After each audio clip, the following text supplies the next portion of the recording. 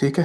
तो उसमें क्या हुआ था, कोसोवो जो प्रोविंस जिसमें आपके पास जो ये माइनॉरिटी रह रही थी, जो सर्बियन माइनॉरिटी रह रही थी, दे वांट इंडिपेंडेंस। ठीक है। और इस इंडिपेंडेंस को एक आर्मी बनती है उस टाइम पे, कोसोवो लिबरेशन आर्मी, जो जिसको उन्होंने माइक काइंडली ऑफ कर लें। सेपरेटिस्ट जो है वो आपके पास सेपरेटिस्ट आपके पास एलिमेंट डिक्लेयर कर दिया। और जो नेटो है, इसने वहाँ पे इन्वेड किया, और इन्वेड करके वो जो सेपरेटिस्ट आर्मी है उसको क्या किया गया कि सपोर्ट किया गया। और कोसोवो की वहाँ पे आपके पास यूनाइटेड नेशन की रेजोल्यूशन आई गेस 1243 या 44 थी, वो आई थी जिसमें कोसोवो को जो है वो इंडिपेंडेंट जो है वो दे दी गई। अब यहाँ पे एक ना बहुत बड़ी कंट्रोवर्सी है। कंट्रोवर्सी ये है कि आप किस तरह से किसी दूसरे मुल्क में जाके किसी जो फ्रीडम फाइटिंग है, एक आपके पास जो मेजोरिटी थी वो अल्बानियंस थे, और माइनॉरिटी आपके पास जो थे वो सर्बियन थे। अब सर्बियन जो थे वो ये चाहते थे कि हम इंडिपेंडेंट हो जाएं, लेकिन हालांकि उनका इंटरनल मैटर था। लेकिन यहाँ से नेटो जाती है और उनको सपोर्ट करती है, और as a result of that उनको इंडिपेंडेंस मिलती है। तो इस वजह से वहाँ पे काफ़ी ज़्यादा टोनी ब्लेयर पे भी क्रिटिसिज्म आया, और नेटो पे भी क्रिटिसिज्म आया। ठीक है जी। क्या आपने कैसे आप जाके किसी माइनॉरिटी को इस तरह से सपोर्ट कर सकते हैं। अगला आपके पास आता है जी गॉर्डन ब्राउन का एरा, या फिर आपके पास जो मेजर इवेंट होता है इस सारे में, वो आता है global financial crisis. Global financial crisis क्या है आपके पास, कि ग्लोबल फाइनेंशियल क्राइसिस इसमें पूरी दुनिया की इकोनॉमी जो है इट सफर्ड। जिसमें आपके पास ये स्टार्ट कहाँ से होता है, लेमैन ब्रदर्स का इन यूनाइटेड स्टेट्स। अब इसको सिंपल टर्म में आपको ये समझाऊं, यूएस में क्या होता है कि आपके पास यूएस के जो बैंक हैं वो लोन देना स्टार्ट कर देते हैं लोगों को कि आप ज्यादा से ज्यादा क्या करें, प्रॉपर्टी बाय करें। ठीक है। प्रॉपर्टी बाय करें, और प्रॉपर्टी के लिए हम आपको लोन देते हैं क्योंकि पैसा बहुत ज्यादा था। लेकिन क्या हुआ कि एकदम से आपके पास जो बैंक्स थे जब पैसा देते रहे, लोग उसको वापस ही नहीं कर पाए। देखें, जो मनी है उसके लिए आपके पास एक साइकिल एग्जिस्ट करता है। साइकिल एग्जिस्ट इस तरह से करता है कि आपके पास उस साइकिल में मनी जो है उसका कंटिन्यूअसली फ्लो होना चाहिए। कहीं पे भी स्टॉप आ जाएगा तो फाइनेंशियल क्राइसिस आ जाएगा। और इस वजह से मनी में आपके पास क्या हुआ कि बैंकों के पास पैसा रहा ही नहीं। जब बैंकों के पास पैसा नहीं था तो जिन्होंने डिपॉजिट किया हुआ था वो पैसा निकालना स्टार्ट हो गए। अब बैंक जो है वो क्या हो गए कि वहां पे बैंक हो गए। और इसमें अगर हम यूके का देखें, तो यूके में आपके पास क्या हुआ कि एक पूरी की पूरी जो फाइनेंशियल सर्विसेज थी वो आपके पास रुक जाती हैं। लिक्विडेट मतलब होता है किसी बैंक को कि आप क्या करते हैं कि वहां पे उसको उसको लिक्विडेट यानी एसेट्स को बेच के, और सॉल्वेंसी चैलेंजेस यानी वो आपके पास पैसा वापस ही नहीं कर पाए। और इसके नतीजे में क्या हुआ कि गवर्नमेंट को बेल आउट देना शुरू कर दिए। और इसमें जो गॉर्डन ब्राउन की गवर्नमेंट थी उसने ऑस्टेरिटी मेजर्स भी इंट्रोड्यूस करवाए, यानी टैक्स कट्स थे, लोगों को हेल्थ और आपके पास जो एजुकेशन है उसकी सर्विसेज नहीं मिलना स्टार्ट हो गई थी। ठीक है, एक मिनट मैं रिपीट करता हूँ। वो मिलना स्टार्ट नहीं हो रही थी जस्ट बिकॉज कि वहां पे लोगों को बैंकों के पास पैसे ही नहीं था। मैंने आपको बताया कि फाइनेंशियल क्राइसिस कैसे स्टार्ट होता है। यूएस में बैंक्स पैसे देते हैं लोगों को, लेकिन लोग वापस नहीं कर पाते, और इस वजह से एक जो है फाइनेंशियल क्राइसिस जो है वो ट्रिगर होता है। और यही सेम चीज जो है वो रेप्लिकेट होती है आपके पास यहाँ पे ग्रेट ब्रिटेन में, जिसकी वजह से क्रेडिट क्रंच यानी पैसे बिल्कुल खत्म हो गए। कोई बिजनेस जो है वो इंडिविजुअल है उसको वो फाइनेंशियल पैसे थे ही नहीं उनके पास, जिसकी वजह से economic activity, investment, consumer spending वो सारी की सारी आपके पास खत्म होगी क्योंकि पैसे ही नहीं है आपके पास।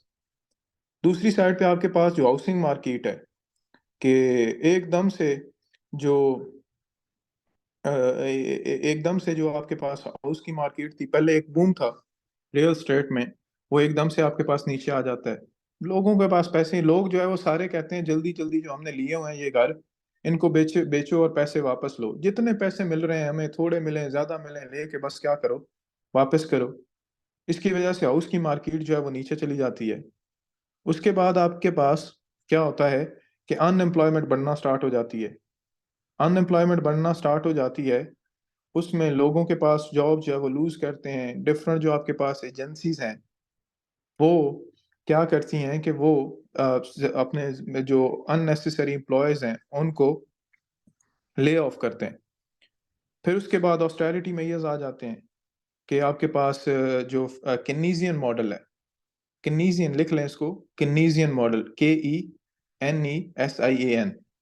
केनीजियन मॉडल क्या था कि जहाँ पे आप जो टैक्स है उसको आप कम करते हैं। गवर्नमेंट जो है वो अपना रोल ज़्यादा से ज़्यादा करना स्टार्ट कर देती है इन द इकोनॉमिक अफेयर्स, ठीक है? और वहाँ पे वो ऑस्टेरिटी मेजर्स लेके आते हैं कि अच्छा यहाँ से भी सेव कर लो पैसा, यहाँ से भी सेव कर लो पैसा। और इसी वजह से क्या हुआ कि एक और यहाँ पे टर्म लिख लें, नेशनलाइजेशन ऑफ बैंक्स, ठीक है? कि ये सारी की सारी पॉलिसी किसने इंट्रोड्यूस करवाई थी? गॉर्डन ब्राउन ने। नेशनलाइजेशन ऑफ आपके पास जो बैंक्स है, इसने सारे के सारे जो बैंक हैं, जिसमें आप नीचे देख सकते हैं रॉयल बैंक ऑफ स्कॉटलैंड, उसके बाद loyal banking groups and other जो बैंक्स हैं, उनको क्या किया? एक तो बेल आउट किया और उनको क्या कर दिया? नेशनलाइज कर दिया।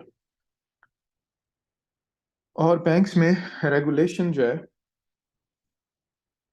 रेगुलेशन जो है वो इंट्रोड्यूस करवाई, जिसमें उनकी ओवरसाइट, उसके बाद इस क्राइसिस को दोबारा होने से रोकने के लिए रिस्पॉन्सेज, फिर उसके बाद quantitative easing easing quantitative easing क्या थी कि आपके पास ये जो बॉन्ड्स दिए जाते हैं कि गवर्नमेंट जो है उसने बैंक्स के जो ज़्यादा एसेट थे उनको छोटे-छोटे हिस्सों में डिवाइड कर दिया। यानी ये हिस्सा इसके पास जाएगा, ये हिस्सा इसके पास जाएगा, ये फर्म इसको परचेज़ कर लेगी। तो इस वजह से क्या हुआ कि सारे जो पैसे थे वो बैंकरप्ट होगी महाम। सारे जो पैसे थे उसको डिवाइड कर दिया अमंग डिफरेंट सेक्शंस। इसे हम कहते हैं क्वांटिटेटिव ईजिंग। कि इन केस ऐसा क्राइसिस हो, ये ना हो कि आपका पैसा किसी एक बंदे के पास आ रहा हो और उसके बाद क्या हो कि वापस ही ना कर पाए, और एक लिमिट लगा दी गई। और उसके बाद फिस्कल पॉलिसी, इसको रिप्लेस कर लीजिएगा यहाँ पे केनीजियन पॉलिसी।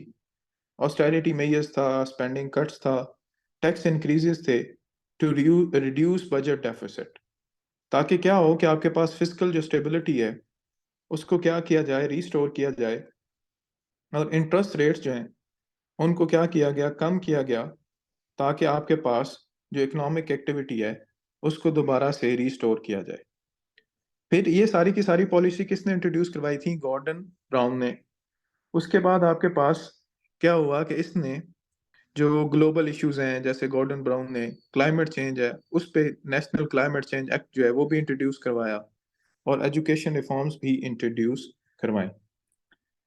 इसके नतीजे में क्या था? इसके अगर हम फाइनेंशियल में देखें तो आपके पास जो यूके की ग्रोथ है वो स्लो हो जाती है, और उसके बाद जो कंट्री है दोबारा से पीछे चली जाती है। यानी आप देखें ना, एकदम से आपके पास क्राइसिस आया है, उसको काउंटर करने के लिए आपको क्या करना पड़ा कि लोगों के दरमियान इनइक्वालिटी आ गई, पॉवर्टी आ गई, अनएम्प्लॉयमेंट आ गई, और इसमें इनइक्वालिटी आ गई। और उस नाउ दे डिमांडेड कि जो आपके पास दुनिया है वो हमें आईएमएफ, ये भी आईएमएफ के पास जाना स्टार्ट हो गए।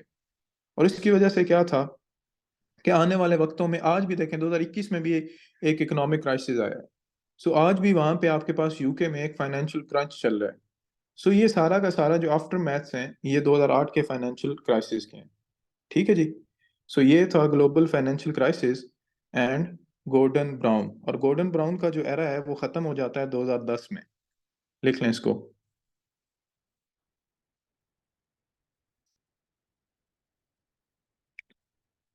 उसके बाद जी last but not the least, 2010 से 16 में, अब देखें ये सारा का सारा गॉर्डन ब्राउन कह रहा था। 2010 से 16 में हमारे पास आ जाते हैं जी डेविड कैमरॉन। ये कंजर्वेटिव लिबरल डेमोक्रेट गवर्नमेंट आई थी ना, ये कंजर्वेटिव थे ना लिबरल थे, डेमोक्रेट थे, जिसमें आपके पास ये आपके पास गवर्नमेंट में आते हैं और डिफरेंट रिफॉर्म्स इंट्रोड्यूस करवाते हैं। हम आपको पता है कि 2008 के जो फाइनेंशियल क्राइसिस था उसमें जो पिछली गवर्नमेंट थी उसने क्या इंट्रोड्यूस करवाई थी? Austerity measures. तो इसने भी ऑस्टेरिटी मेजर्स को ही कंटिन्यू किया, उसने कहा कि बजट डेफिसिट को कम करें, नेशनल डेट को कम करें, पब्लिक स्पेंडिंग जो है उस पर ज़्यादा फोकस करें, वेलफेयर प्रोग्राम्स लेके आएं और टैक्स जो है वो इंक्रीज करें। और ये सारा का सारा किस में किया गया था? वेलफेयर रिफॉर्म एक्ट, जिसमें वेल ताकि उन बेसिकली ये क्या था कि बेसिकली उन्होंने कहा कि जब फाइनेंशियल क्राइसिस आ गया है तो इसमें सबसे ज़्यादा सफ़र तो आपके पास गरीबों ने किया है। सो गरीबों को ने सफ़र किया है तो उनकी वेलफेयर के लिए हमने काम करना है। और इसी सिलसिले में उन्होंने क्या किया कि ज़्यादा से ज़्यादा लोगों को जो है वो वेलफेयर उनकी करना शुरू कर दी। फिर सेकंड पॉइंट आपके पास आता है एजुकेशन रिफॉर्म्स, जिसमें जो एकेडमीज थी, फ्री स्कूल था, स्कूल्स को ऑटोनॉमी दी गई through the action act of education act of 2011, ताकि एजुकेशन को क्या कर दिया यहाँ पे, अगर इसको समराइज आप करना चाहें इसको, education was made local government subject. इससे क्या हुआ कि आपके पास कुछ 70 से 80% इनरोलमेंट रेट जो है वो आपके पास इंक्रीज हो जाता है। और उनको ये फ्रीडम दी गई कि आप अपना करिकुलम भी खुद डिजाइन करें और स्टाफ की रिक्रूटमेंट भी करें। देखें कितना बड़ा ये स्टेप था कि आप ये इमेजिन करें कि एक जो प्राइमरी स्कूल है उसको यूनियन काउंसिल से वो डील किया जा रहा हो। उस यूनियन काउंसिल में डील करने के उनको पता होगा कि क्या इश्यूज हैं, किस तरह से हैं, किस तरह से किया जा सकता है। ठीक है जी। सो उसके बाद क्या है आपके पास कि इन्होंने नेक्स्ट जो इंट्रोड्यूस करवाई वो हेल्थ केयर रिफॉर्म्स थी। इसमें उन्होंने जो नेशनल हेल्थ सर्विसेज थी उसमें डिसीजन मेकिंग पावर जो है प्रैक्टिशनर्स को, यानी जो डॉक्टर्स थे उनके पास राइट्स नहीं थे, डॉक्टर्स पे भी फोकस किया गया। यानी इससे पहले क्या था कि पेशेंट पे ज़्यादा से ज़्यादा फोकस किया जाता था, लेकिन अब डॉक्टर्स पे फोकस किया जाना शुरू कर दिया। और उसके बाद अगला इनकी थी पेंशन रिफॉर्म्स, कि लोगों को जो सेविंग्स हैं, लंप सम्स हैं, वो देना स्टार्ट कर दी गई, उनमें फ्लेक्सिबिलिटी दी गई ताकि उनकी जो पोस्ट रिटायरमेंट लाइफ है उसको ईजियर किया जा सके। और ये सारा किया गया था पेंशन स्कीम्स एक्ट 2015 में। फिर उसके बाद आती हैं जी वेलफेयर एंड बेनिफिट रिफॉर्म्स, जिसमें आपके पास वर्क रिक्वायरमेंट्स थी। अगर आप डिसेबिलिटी हो जाती है काम करते हुए, या फिर आप ड्यूरिंग द जॉब आपको कुछ हो जाता है, तो आपकी फैमिली को एक सर्टेन अमाउंट जो है वो दी जाएगी। फिर इन्होंने क्या किया कि इन्होंने बड़ा एक स्ट्रिक्ट स्टांस लिया।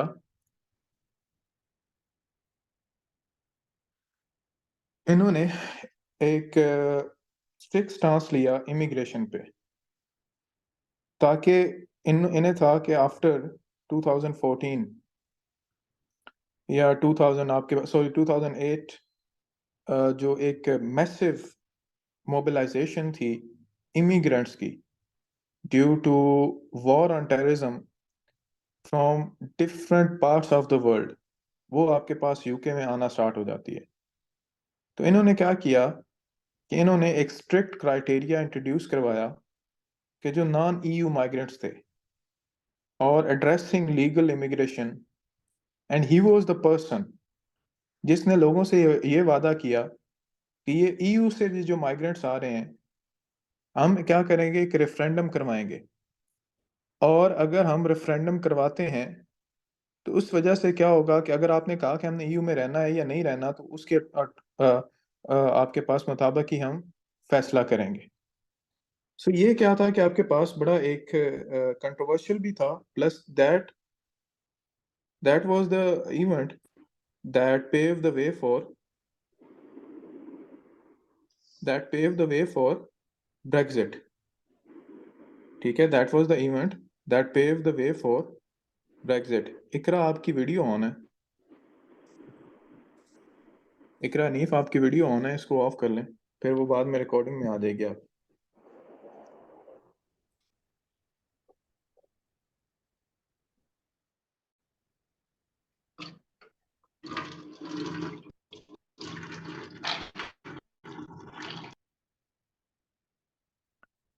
ठीक है जी। उसके बाद इन्होंने गे जो मैरिजेस थी उनको लीगलाइज किया था कि सेम सेक्स जो कपल्स हैं they can marry in England and Wales. फिर उसके बाद इन्होंने जो डिजिटल और टेक्नोलॉजिकल रिफॉर्म्स थी वो भी इंट्रोड्यूस करवाई थी, ताकि जो पब्लिक सर्विस है डिलीवरी है, यानी ई गवर्नेंस है, ये इसने इंट्रोड्यूस करवाई थी कि यानी जो ओल्ड ब्यूरोक्रेटिक सेटअप है उसको रिप्लेस किया जाए मॉडर्नाइजेशन के साथ और ई गवर्नेंस के साथ। फिर लास्ट जो दो रिफॉर्म्स आती हैं उसमें environmental protection, renewable energy resources के लिए और एक ग्रीन इन्वेस्टमेंट बैंक जो है वो इन्होंने बनाया था, ताकि आपके पास जो कार्बन एमिशंस हैं उनको क्या किया जा सके, रिड्यूस किया जा सके। एंड लास्ट जो इसकी कैमरॉन की सबसे बड़ी कंट्रीब्यूशन है वो आपके पास ब्रेग्जिट है, कि जो 2016 में हुआ था, कल हमने डिटेल में बात की थी ब्रेग्जिट पे। So he was the person responsible for the exit of Britain from EU. इसमें अगर हम पीछे देखते हैं अब ज़रा दोबारा कि ऑस्टेरिटी मेजर्स इंट्रोड्यूस करवाए, यानी आपके पास नेट टैक्स इंक्रीज किया गया, जो अनड्यू एक्सपेंडिचर्स हैं उनको कम किया गया, और ये सारा का सारा वेलफेयर रिफॉर्म एक्ट में था। फिर एजुकेशन रिफॉर्म्स की गई, जहाँ पे एजुकेशन को लोकल गवर्नमेंट के अंडर कर दिया गया। फिर हेल्थ केयर में आपके पास जो डॉक्टर्स हैं, जो प्रैक्टिशनर्स हैं, उनको ज़्यादा ऑटोनमी दी गई। इकरा आपकी वीडियो ऑन है, उसको काइंडली ऑफ कर लें। उसके बाद वेलफेयर एंड बेनिफिट्स थे, पेंशन रिफॉर्म्स थी, इमिग्रेशन रिफॉर्म थी, जहाँ पे इमिग्रेशन रिफॉर्म्स क्या थी कि जो आपके पास माइग्रेंट्स थे उन पे स्ट्रिक्ट उन्होंने जो लॉज लगा दिए, गे मैरिजेस को लीगलाइज कर दिया, डिजिटल और टेक्नोलॉजिकल रिफॉर्म्स इंट्रोड्यूस करवाई, और इन्वायरमेंटल एंड एनर्जी रिफॉर्म्स भी थी, जिसमें ग्रीन इन्वेस्टमेंट बैंक था और कॉन्स्टिट्यूशनल रिफॉर्म्स थी। ये था जी ऑल अबाउट ब्रिटिश हिस्ट्री। और इसके अलावा ब्रिटिश हिस्ट्री में और कुछ भी नहीं है। यहाँ पे आपका सिलेबस जो है वो कंप्लीट हो जाता है। इसमें 1 से 2 टॉपिक्स पे मैंने आपको कहा था कि आपने खुद पढ़ना है या उस पे असाइनमेंट बना लीजिएगा। मैं उसके नोट्स भी आप लोगों के साथ आज शेयर कर दूंगा। वो था ईस्टर्न क्वेश्चन और स्विस कैनाल क्राइसिस। ठीक है। सो इसके अलावा मैंने बाकी आपको almost we have covered everything. ठीक है। अब आपका कोई क्वेश्चन है तो आप पूछ सकते हैं। Let me stop the recording. और ये जो रिकॉर्डिंग है आज के लेक्चर की, मैं इनको पोर्शन वाइज अपलोड कर दूंगा यूट्यूब पे, उसको अनलिस्ट कर दूंगा, और आप जो है उसको वहाँ से एक्सेस कर सकते हैं और इसके नोट